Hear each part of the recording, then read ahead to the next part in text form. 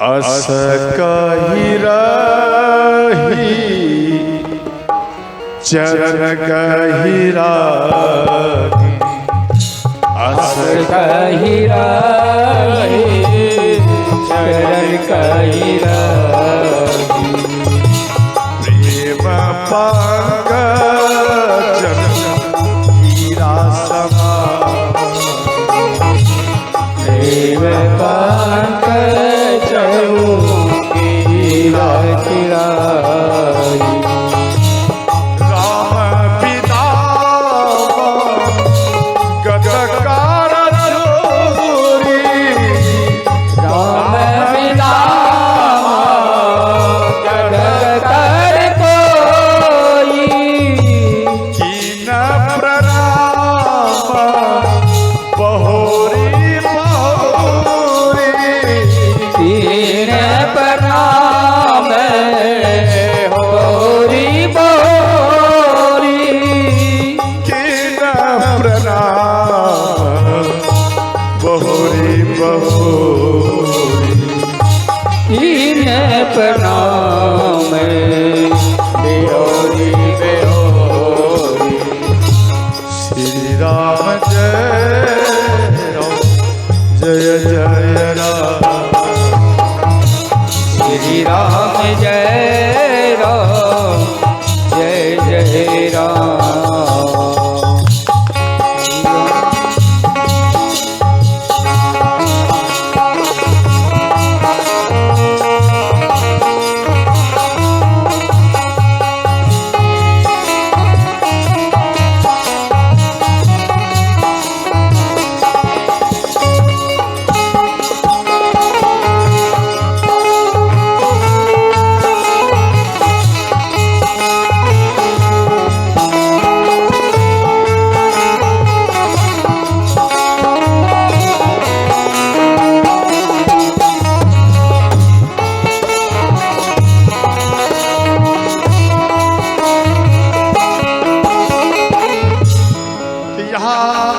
भगवान राम को बोली, हे राम मेरी बेटी को आप क्षमा कर देना। ध्यान देना, भगवान राम बोले, हे माता हम सीता को प्राण से भी ज्यादा प्रेम होगा माता, आप मत घबराइए इस बात के लिए। ये भगवान राम अपना बात बताए और अंत में भगवान राम चले आए। इधर अपनी बेटी को ज्ञान दे रही है माँ, सुने ना। तो माँ कहती, बेटी तू मेरे घर की, देखो एक बात से बेटी का कलेजा पिघल जाता, वो रो जाती है। आपके घर में बेटी है, अगर बेटी में लड़ाई हो गया तो माँ और पिता भी कभी कभी बेटी को कह देते हैं, अरे ये पराई लड़की है। बेटी आप कह देती हैं कि ये तो पराई लड़की है।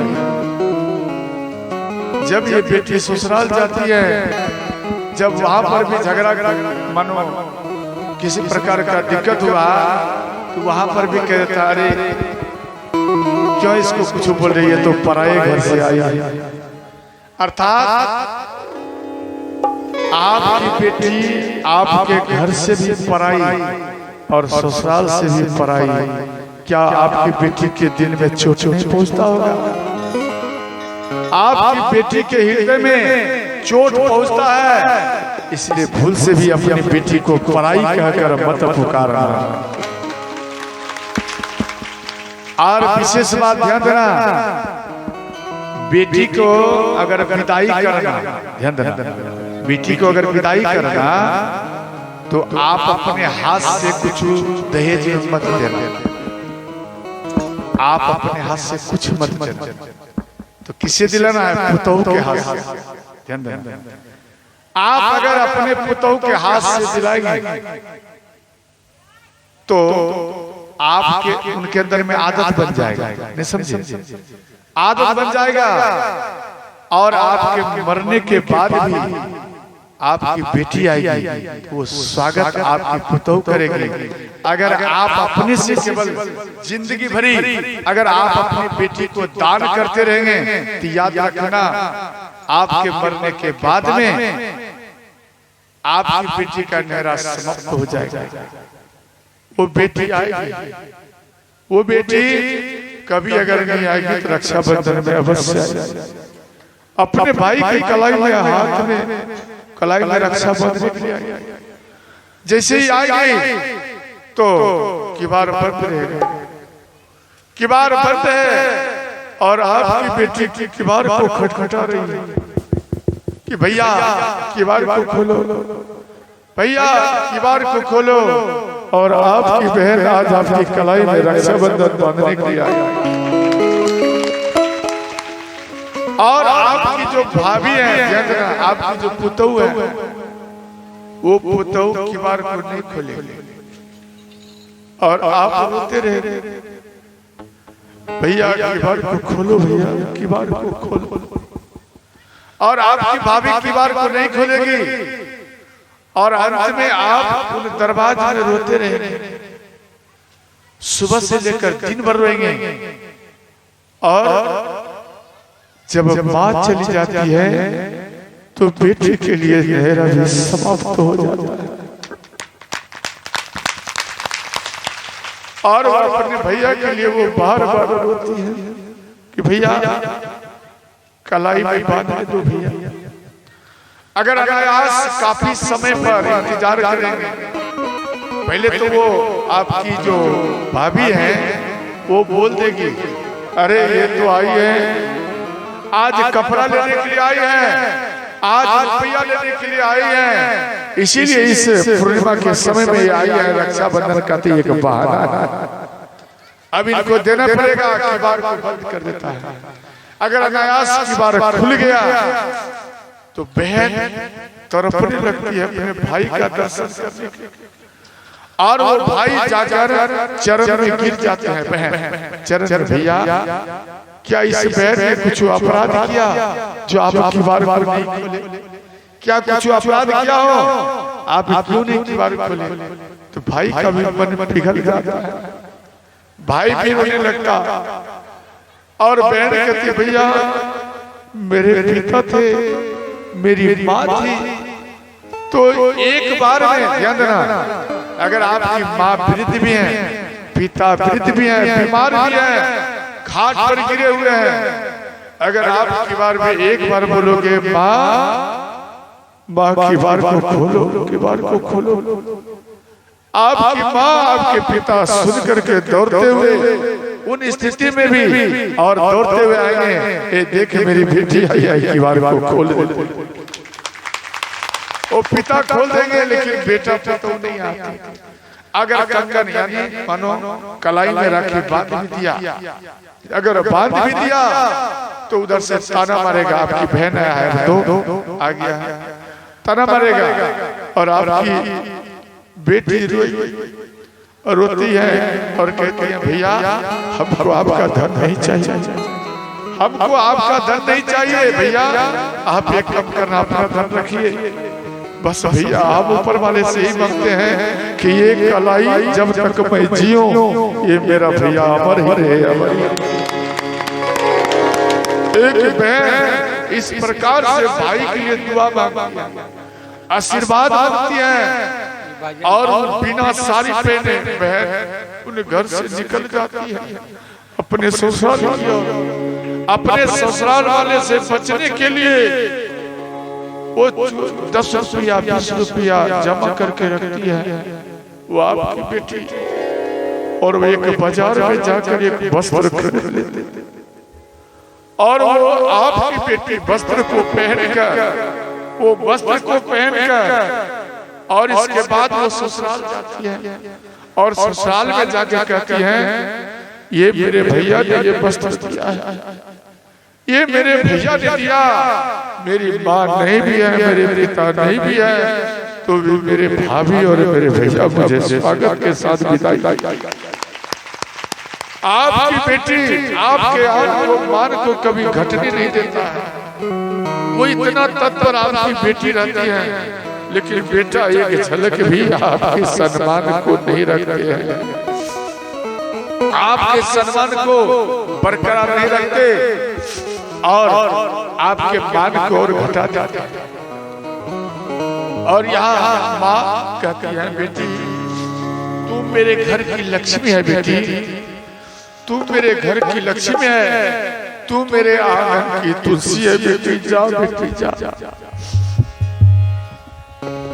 तू लक्ष्मी मेरे आंगन की, लक्ष्मी मेरे आंगन की, तू लक्ष्मी मेरे आंगन की,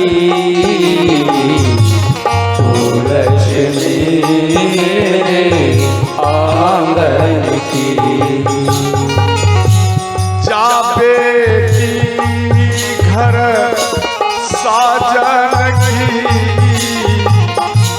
जा बेटी घर साजन की,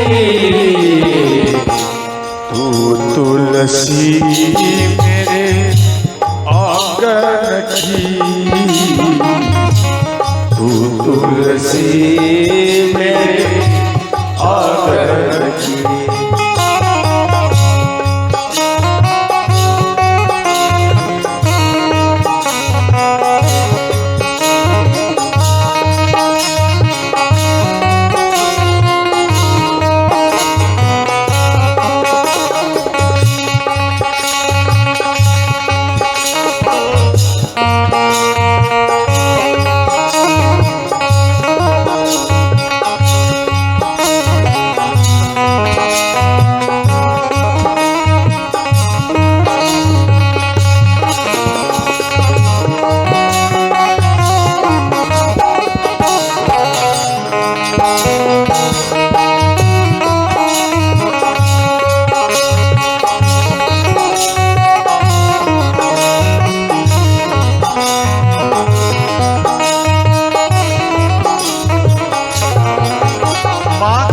बेटी आपके ऊपर जो संकट आने वाला है बेटी, विधाता से मैं मांग रही हूँ, पिता भी कहते हैं बेटी आपके ऊपर जो संकट आने वाला है, विधाता से मांग रहा हूँ कि मेरी बेटी के ऊपर संकट नहीं आवे, जो संकट आने वाला है वो मेरे ऊपर आ जाए, मेरे ऊपर आ जाए, लेकिन मेरी बेटी के ऊपर संकट नहीं आवे।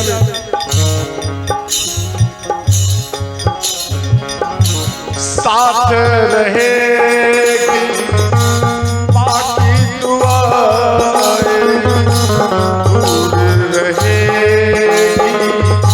सारी बुराई, साथ रहेगी माँ की दुआएं, दूर रहेगी सारी बुराई। कली मेरे उपवन की, नन्ही सी कली मेरे उपवन की, तू लक्ष्मी मेरे आंगन की, तू लक्ष्मी मेरे आंगन की। बेटी एक बात बताओ, जब आप छोटी थी तो उन समय में बेटी आप बिछावन पर मल मूत्र कर देती थी, और उन मल मूत्र को हम सफाई करके और उन मल मूत्र पे हम सो जाते थे।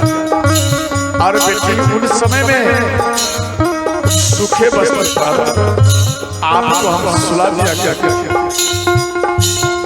और जब तक आप नहीं सोती थी बेटी तब तक हम भी सोते नहीं थे बेटी, हमको भी नींद नहीं आते थे।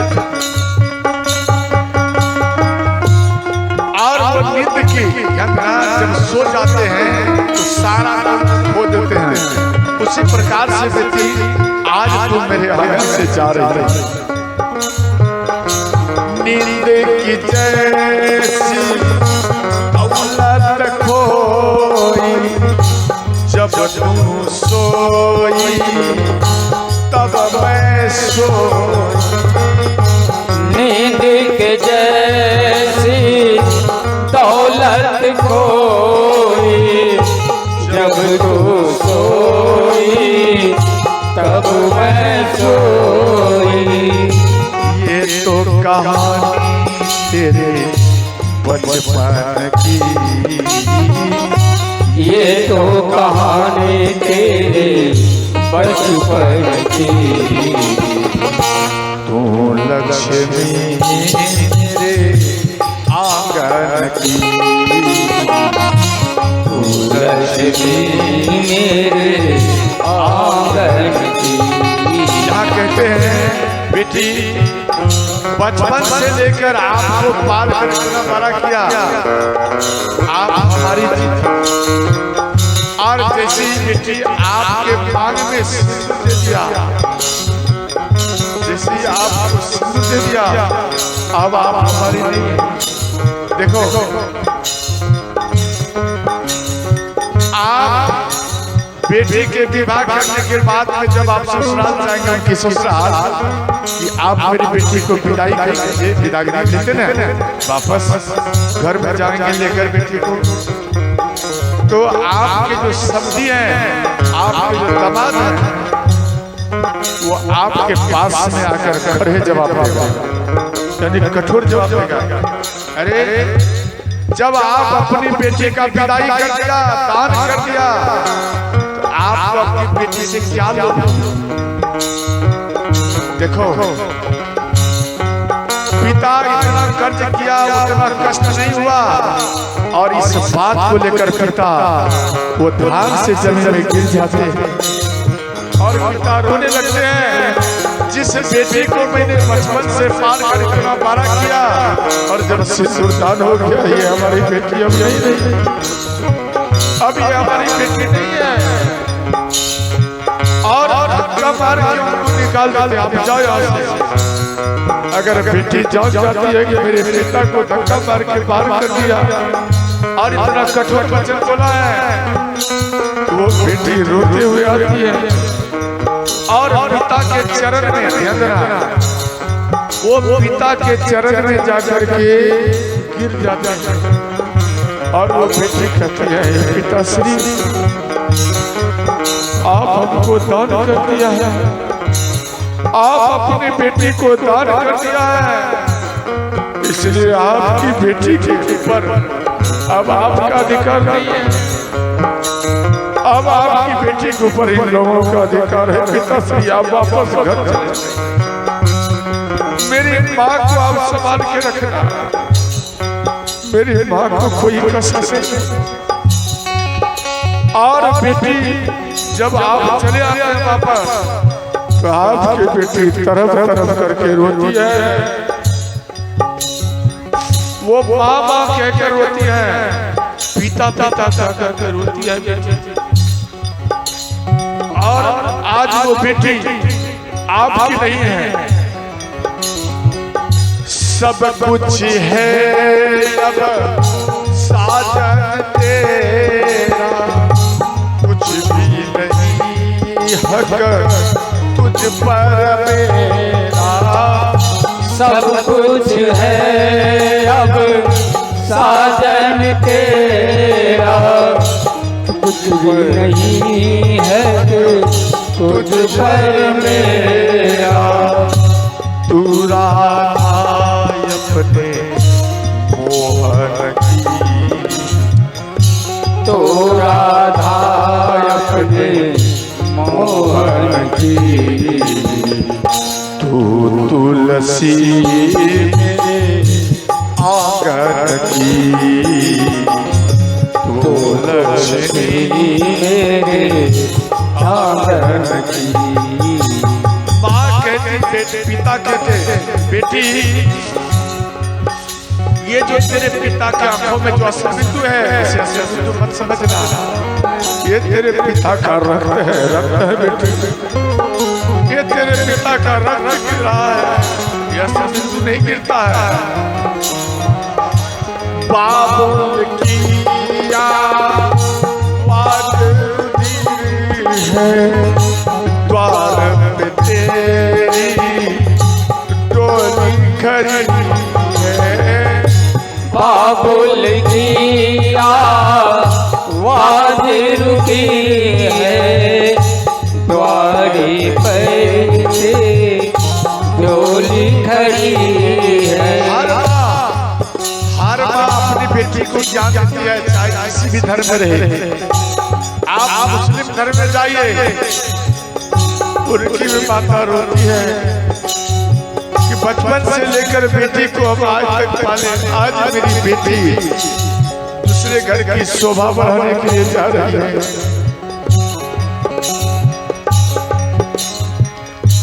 बाबुल की आवाज रुधिर है, द्वार पे तेरी डोली खड़ी है। बाबुल की आवाज रुधिर है, द्वारे पर तेरी डोली खड़ी है। हालत बुरी है तेरे सखिया की, हालत बुरी है तेरी सखिया की। तू लक्ष्मी मेरे आंगन की, तू लक्ष्मी मेरे आंगन की। बेटी को अंतिम चेतावनी देते हैं माँ, कहते हैं बेटी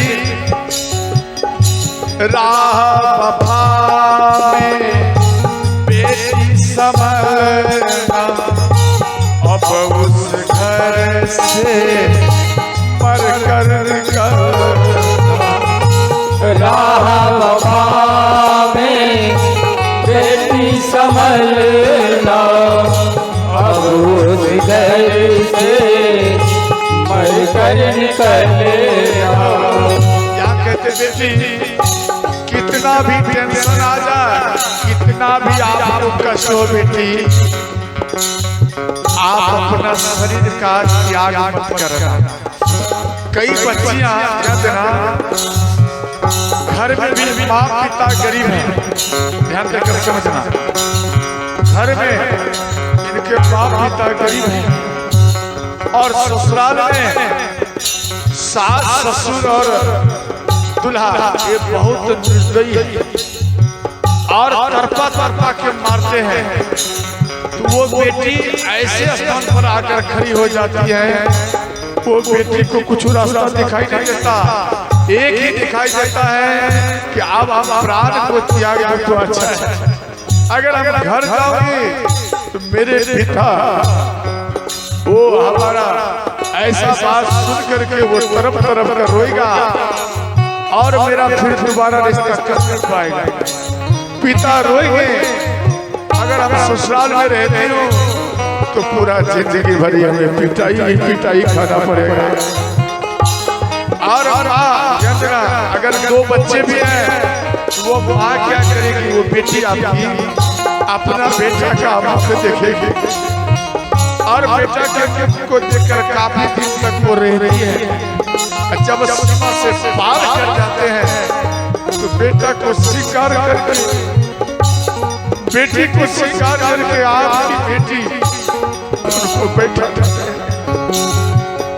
और आपकी बेटी अपनी बेटी को कहते हैं बेटी मेरे मरने के बाद में, मेरे मरने के बाद बेटी आप हमको मत बोलना। और वो बेटी तरफ तरफ कर रोती है, माँ प्राण मत त्यागो, माँ प्राण मत त्यागो, माँ प्राण मत त्यागो। बेटी रोती है और माँ कहती है माँ ए बेटी अब आप जीवित नहीं रह पाओगे, नमक रोटी खाकर बेटी जिंदगी निर्वाह करना और अपनी माँ को आप भूल जाना। आज से आपकी बेटी आपकी माँ नहीं रही। वो माँ क्या करती, किसी में जुगाड़ में अपना गला में फांसी लगा कर माँ अपने माँ को याद कर, अपने बच्चों को याद करके माँ तरफ तरफ करके प्राण को त्याग देते हैं। और ऐसे संकट में माँ सावधान कर रही है।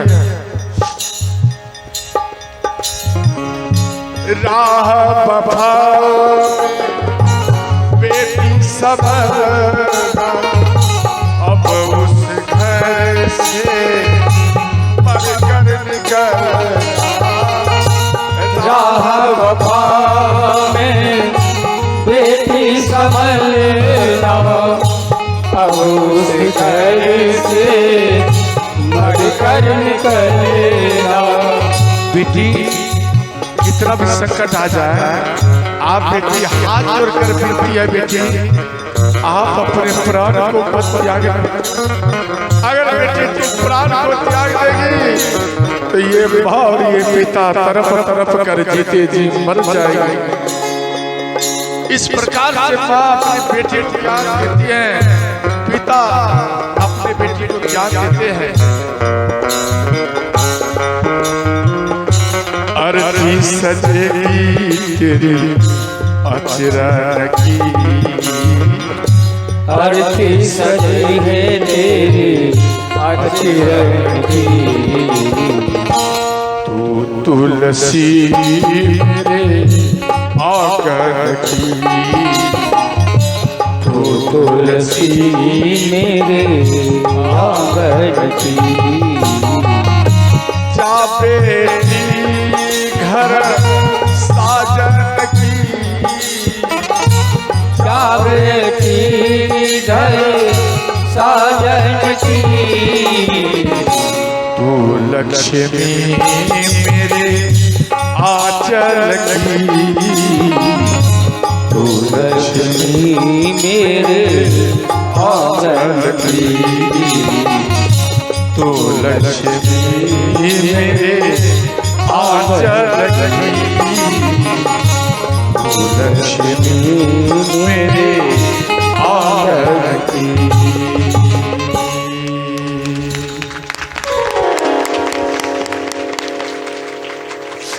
इस प्रकार से माँ रोती है और अपनी बेटी को ज्ञान देकर के विदाई करती है।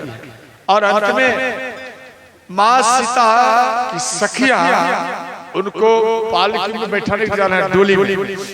और जैसे ही बैठाने के लिए गए, सुग्गा पाले थे, सुग्गा तोता मैना पाले थे माँ सीता। तोता रोने लगे और कहने लगे, माँ कहाँ जा रही हो, कहाँ जा रही हो माँ। जैसे उनके कान में आवाज आए, माँ सीता पालकी पर से छलांग मारकर भागते हुए आई और वो तोता मैना को खोल कर उनको आजाद कर लिए। और वो तोता मैना नहीं भागे, सोने के पिंजरे में इनको रखे थे और वो तोता मैना नहीं भागे, माँ सीता के पास में रहे। बोले, माँ कहाँ जा रही हो। तो कहने लगे तोता मैना, अब आप आजाद हैं, अब अपने घर को छोड़ करके पियर घर को जा रही है। और तोता मैना बोले कि हम भी आपके साथ में जाऊंगा। बोले नहीं नहीं, आपको नहीं जाना, आपको यहाँ रहना पड़ेगा।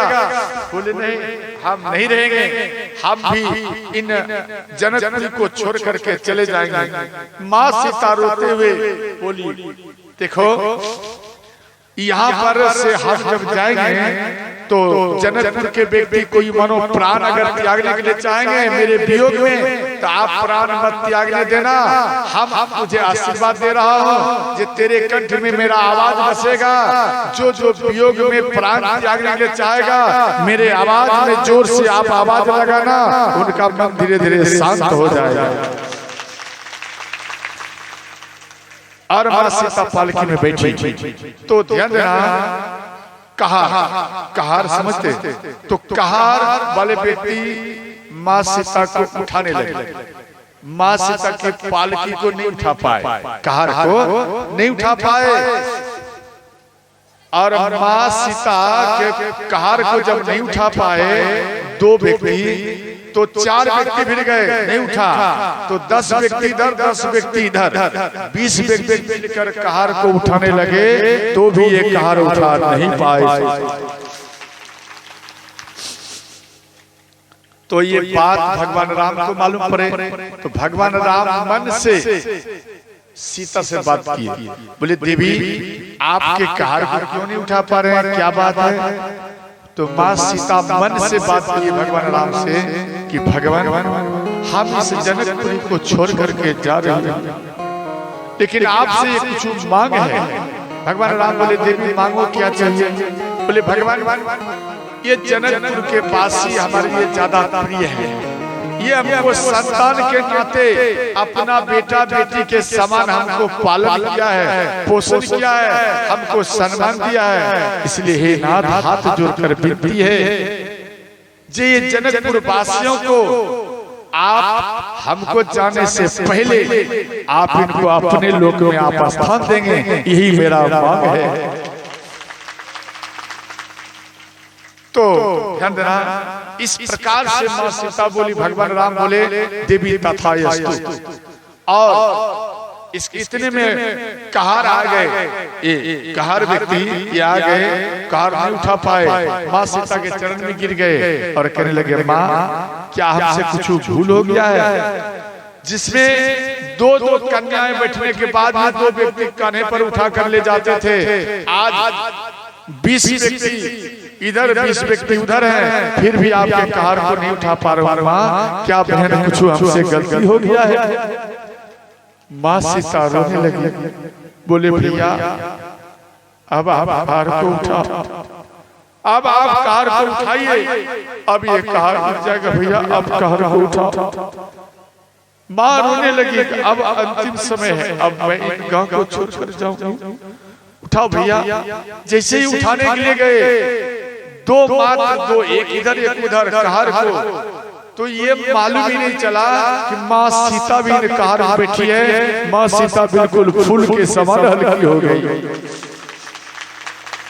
और इधर बारात जा रही है, ध्यान देना, जब बारात जा रहे थे तो महाराज जनक जी भी जा रहे थे, तो जनक महाराज काफी दूर चला गया, महाराज दशरथ जी पलट कर देखे, अरे तो महाराज जनक जी इतना दूर आ गया, बोले भैया रथ को रोको। महाराज दशरथ जी उतर कर महाराज जनक जी को बोले हे महाराज आप काफी दूर आ चुका है, अब आप वापस चले जाइए। तो महाराज जनक जी बोले हे महाराज हमारी बेटी सीता जा रही है, थोड़ा दूर और अपनी बेटी को छोड़ दो, और थोड़ा दूर में बेटी को छोड़ दो। बोले ठीक है महाराज चलिए। तो महाराज दशरथ जी रथ पर से बैठ गए और इधर से जनक महाराज जा रहे हैं। एक शिला में चरण का ठोकर लगा, ध्यान देना, एक शिला में चरण का ठोकर लगा, महाराज जनक जी धड़ाम से पक्के पर गिर गए और सिर में चोट लगा और रक्त बहना प्रारंभ हो गए और पूरा शरीर लाल हो गया, यानी वस्त्र सब लाल हो गया, मिट्टी में लिपट गए, कई बार गिर भी चुके और इनको थोड़ा सा भी होश नहीं। एक ही इनके दिमाग में है कि मेरी बेटी सीता मैं छोड़ करके जा रही है, मेरी बेटी सीता छोड़ करके जा रही है, बस इतना ही मन में बैठा करके जनक महाराज रोते हुए जा रहे थे। इतने में कुछ दूर बाद महाराज दशरथ जी पलट कर देखे तो महाराज जनक जी का सिर फूट गया है, पूरा शरीर लाल हो गया है रक्त से। बोले भैया जरा रथ को रोको। तो सब कोई सुन करके रथ को रोक दिया और अंत में ध्यान देना माँ सीता की पालकी को रख दिया गया। तो माँ सीता झांक करके, पर्दा रहता, पर्दे को झांक करके देखी कि भाई ये अयोध्या तो नहीं आया हूँ, तो फिर ये कैसे रख दिया गया? तो जैसे झांक कर देखे तो मेरे पिता है, मेरे पिता रक्त में लथपथ है। माँ सीता चारों बहनें पिता पिता कहते हुए दौड़ते हुए गए और पिता के चरण में शरीर में लिपट गए चारों बहनें। और जनक महाराज बोले बेटी आप हमको क्षमा करना, तेरा वियोग मुझे सह नहीं गया, हमको माल अच्छा नहीं लगा, नगर अच्छा नहीं लगा बेटी, इसलिए बेटी घर को छोड़कर नगर को छोड़कर तेरे पीछे पीछे इतना दूर तक आ गया। माँ सीता बोली कि हे पिताश्री आपका सिर फूट चुका है, रक्त बह गया है, हे पिताश्री अपने सेहत पर ख्याल रखिए। इतने में माँ सीता के दृष्टि पड़ा गौ माता के ऊपर, गौ माता को देख लिया गया। तो गौ माता को जैसे देखे तो गौ माता स्वयं माँ पृथ्वी गौ का रूप धारण करके जा रही थी और वो भी डिकार करके जोर जोर से गैया रोती है। वो गैया डिकार करके रोती है और अंत में माँ सीता मन में सोची ये तो गौ माता वही है जो बचपन में हमको बार बार ये दूध पिलाती थी। तो ये अपना माँ समझकर माँ सीता दौड़ते हुए गई और गैया के चरण में गले में माँ सीता लिपट गई और वो गैया माँ सीता के मुख को चुम्बन करने लगी। ध्यान देना, गौ माता आपके घर में है या नहीं? बोलो, किसके किसके घर में गैया है? जरा हाथ उठाइए। जिसके घर में गैया है जरा हाथ उठाइए। जिसके घर में गैया है, अरे आप सब तो जितना व्यक्ति हाथ उठाए आप सब तो धनवान हो भाई, आप सब धनवान हो। जिसके घर में गैया है समझ लेना संसार का सब देवी देवता उसके घर में है, उसको कहीं भी मंदिर जाने की जरूरत नहीं है। समझ गए? ध्यान देना। अच्छा एक बात बताइए, आपकी माँ आपको दूध कितना वर्ष तक पिलाती है? 1 साल, 6 महीना, 1 साल, यही ना? उसके बाद माँ तो आपको दूध नहीं पिलाती है। फिर आप कैसे चलते हैं? किसका दूध पान करके? गैया का। ध्यान देना, वही गैया का दूध पा करके आप बचपन से लेकर बड़े हो गए, अब वृद्ध में जा रहे हो। ध्यान देना, और जब वो गैया वृद्ध हो जाती है, शरीर काम नहीं करता, दूध नहीं दे पाती है, तो आप क्या करते हैं उस गैया को? बताओ, उस गैया को क्या करते? आप बेच देते हो। याद रखना, वो गैया कहती कि बेटा आप हम गाय को एक काम करना, प्रैक्टिकल करके देख लेना। गैया को खोल देना घर से, यानी रस्सी से खोल देना और अपना टोला से बाहर में उसको छोड़ देना। आप चले आना, तो भी देखना शाम तक में पिटाई, इधर उधर कुछ खाएगा तो पिटाई देगा। पिटाई खा करके भी वो गैया आपके ही दरबार में आकर वो खड़ी हो जाएगी। ऐसा क्यों? ऐसा इसलिए, ध्यान देना, वो गैया कहती है बेटा आप हमको कसाई के हाथ में मत बेचो। ध्यान देना, वो गैया कहती है आप हमको मत बेचिए, आप अगर बेच दोगे तो मेरे दूध का क्या आपने प्रकट दिया, यानी दूध का क्या परिचय? आपने परिचय अगर अच्छा चाहता तो दूध का मानो चंद पैसा के लिए बेटा आप हमको बेच देते हैं। अरे आप मानो हम आपके लिए भार हो गया है तो आप अपना किला से हमको खोल दो, हटा दो, रस्सी खोल दो, हम इधर उधर घास चर के रहूंगी और जल पी करके रहूंगी, आप हमको घास भी मत दो, जल भी मत दो, इधर उधर जिंदगी निर्वाह कर लूंगी, लेकिन बेटा तुझे मैं तेरे सामने में खड़ा रहूंगी और हम अपने नजर से तेरा दर्शन करते रहोगे। ये गौ माता कहती है, इसका भाव है। और तेरे पास में रहूंगी बेटा, जीते जी चाहता हूँ कि तेरे दरबार में ही मेरा मृत्यु हो, लेकिन बेटा हमको बेचो मत बेचो। ध्यान देना, जो गैया को बेच देते हैं याद रखना उसके घर में 7 जन्म तक अकाल मृत्यु का ही सामना करना पड़ता है। अकाल मृत्यु होगा, जवान बेटा चला जाएगा, जवान पति चला जाएगा, जवान पोता चला जाएगा, ये अकाल मृत्यु होगा 7 जन्म तक। और कितना भी इलाज कराओ, कितना भी हवन कराओ, वो पावर नहीं आएगा, आपके बेटा को, पति को बचा नहीं पाएगा, वो बार बार अकाल मृत्यु में ही उसका मृत्यु होगा। अगर आप चाहते हो कि मैं धनवान बनूं, एक काम करना, गैया अगर अपना शरीर को त्याग दे, अपना जमीन में गाड़ देना, मिट्टी के नीचे में, और उसके ऊपर में एक आम का वृक्ष लगा देना, और वो गैया उसी आम का, ध्यान देना, वो आम इतना फलेगा, इतना फलेगा, वो गौ माता का परिचय ही आपके सामने प्रकट हो जाएगा। आपका मृत्यु होता है तुलसी का पौधा लगाया जाता है, परंतु गैया का जब मृत्यु होता है उनको दफनाने के बाद उस मिट्टी के ऊपर में आम का पेड़ ही लगाया जाता है। सोचो याद कभी आपका धन नहीं घटेगा और कभी आपके घर में अकाल मृत्यु कभी जीवन में हो ही नहीं सकता। ये चैलेंज समझ गए? ध्यान देकर सुनना। इसके बाद जनक महाराज वापस आए, गौ माता वापस आए और इधर माँ सीता पालकी में बैठे। जैसे ही अयोध्या में प्रवेश किए तो वहां पर कलश सजाए। ध्यान देना, सब कोई कलश सजाए। कलश समझते हो? कलश बोलो ना। है जैसे आपके बेटा, आपकी पुत्र वधू जब आती है तो एक कलश घर के मेन दरवाजे में दिया जाता है और उसको आप इजाजत देती हैं, आपसे सास होकर, कि बेटा अपने पुतों को बोलो लात से उस कलश को पलटते हुए घर में प्रवेश करे। बोलो हाँ या नहीं? कहते हो? अच्छा एक बार बताओ, छोटे से दिमाग में सोचना, बच्चे की क्वालिटी, कलश में कभी लात मारना चाहिए क्या? बोलो। फिर आप अपने पुतों को क्यों कहती हैं कि लात मार के आओ? दिमाग लगा, ध्यान देना। जब आप अपने पुतों को ये संस्कार दे दिया कि लात से उन कलश को पलटते हुए बेटी अंदर प्रवेश कर जा, याद रखना जिंदगी भरी आपको भी लात से ही स्वागत वो करेंगे। समझ गया? वो बेटा लाला से स्वागत करेंगे। अगर चाहते हो ऐसा नहीं हो, कलश तो शुभ का चिन्ह है। समझ गया? कलश को अच्छे से सजाओ, जैसे पूजा में सजाया जाता सजाइए। कलश को रख दीजिए। अपने बेटा पुतोहू को बोलिए कि बेटा पुतोहू आप दोनों मिलकर के इन कलश को उठा और पूजा स्थल में रख दो।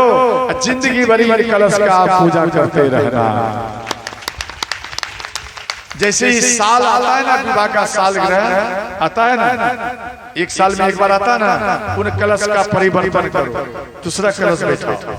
समझ गया? याद रखना आपके घर में सादा ही मंगल होगा। समझ गए? अगर आप झांकी देखते तो ये सब ज्ञान आपको नहीं दे पाते। ध्यान देना।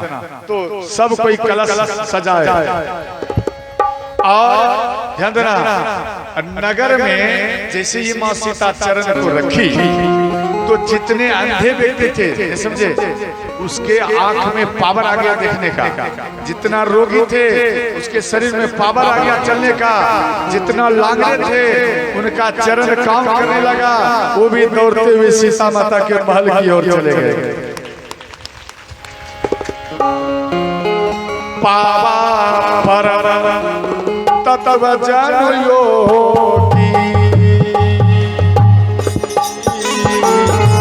अमृत लहे जन संतरो। राम सिया राम जय जय राम।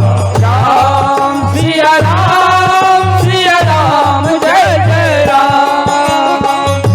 जनमरा का जन पारस पावा अंधहि दो जनला सुहावा। राम सिया राम जय जय राम। राम सिया राम जय जय राम। तो मंगल भवनय ओ मंगल हारी ओम सहित जपत त्रिपुरारी। राम सिया राम जय जय राम। राम सिया राम जय जय राम।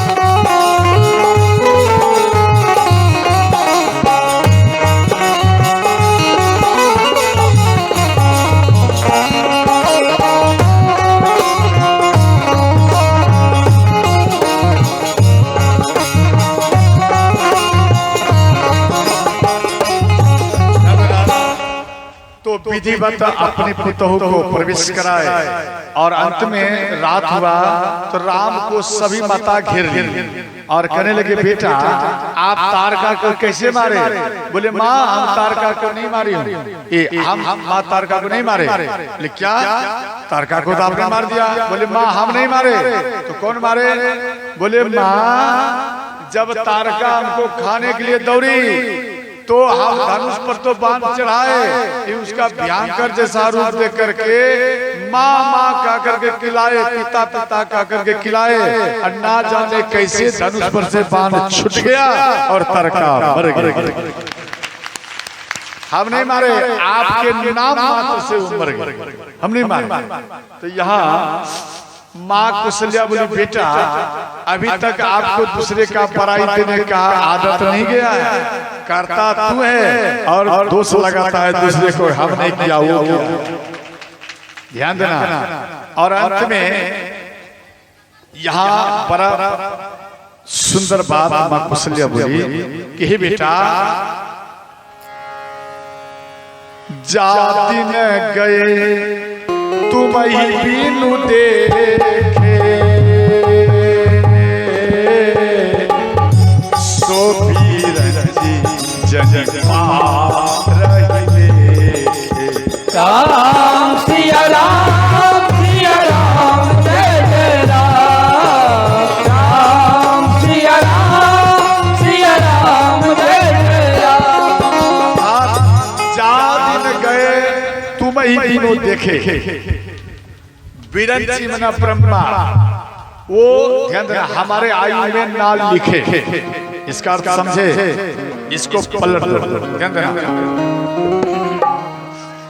आप इन दरबार में यहाँ लिखे हैं जा दिन गए तुम ही भी देखे, अर्थात हे राम जितना दिन आपको नहीं देखे, जैसे आप इन कथा में 4 घंटा डेली कथा होता है, 4 से 5 घंटा, जितना व्यक्ति इन पंडाल के अंदर में बैठे हुए हैं, ध्यान देना, जितना व्यक्ति इन पंडाल के अंदर में 4 घंटा बैठे तो 9 दिन कथा होगा तो कितना हो जाएगा?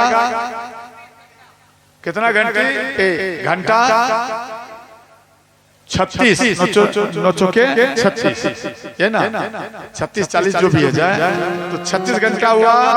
अच्छा को बताइए ब्रह्मा जी आपको इन कलयुग में लिख दिया है 60 वर्ष तक रहना है फिर मर जाना, क्या 60 वर्ष के बाद 1 घंटा भी जियोगे? बोलिए ना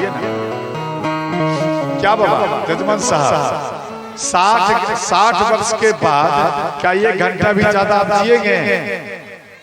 1 मिनट भी नहीं, याद रखना। लेकिन जियोगे कैसे? आप जब इन राम कथा में 9 दिन बैठ गया तो 9 चौके 36 घंटा, याद रखना। जब आपका मृत्यु होगा उम्र के बाद, ध्यान देना, जो 36 घंटा है ये 36 घंटा आपके आयु में नहीं लिखाएगा, ये भगवान राम के दरबार से आपको गिफ्ट में उम्र उभर दिया जाएगा, यानी विशेष उम्र दिया गया। आप ये 36 घंटा ज्यादा जियोगे। अब इसका प्रमाण है, कभी कभी सुना होगा कि 100 वर्ष हो गया, 200 वर्ष हो गया व्यक्ति जीवित है, सुना है या? और 300 वर्ष हो गया, 400 वर्ष हो गया जीवित है। क्यों? वो विशेष करके भगवान के भक्ति में समय को बिताया। लेकिन हम आप क्या करते हैं? भक्ति में नहीं बिताते, हम सब अपने विषय में समय को बिता देते हैं। इसलिए आप लोगों का आयु कम पड़ जाता है। जितना देर राम राम रटोगे उतना देर आपका आयु संजोग मिल गया गिफ्ट में, और जितना दिन राम को छोड़ दिया समझ लेना आपका आयु का घट रहा है, आप आयु में नीचे जा रहे हैं। समझ गए? तो यहाँ गालियां देने लगे, ध्यान देना, कई माताएं इधर गालियां देने लगे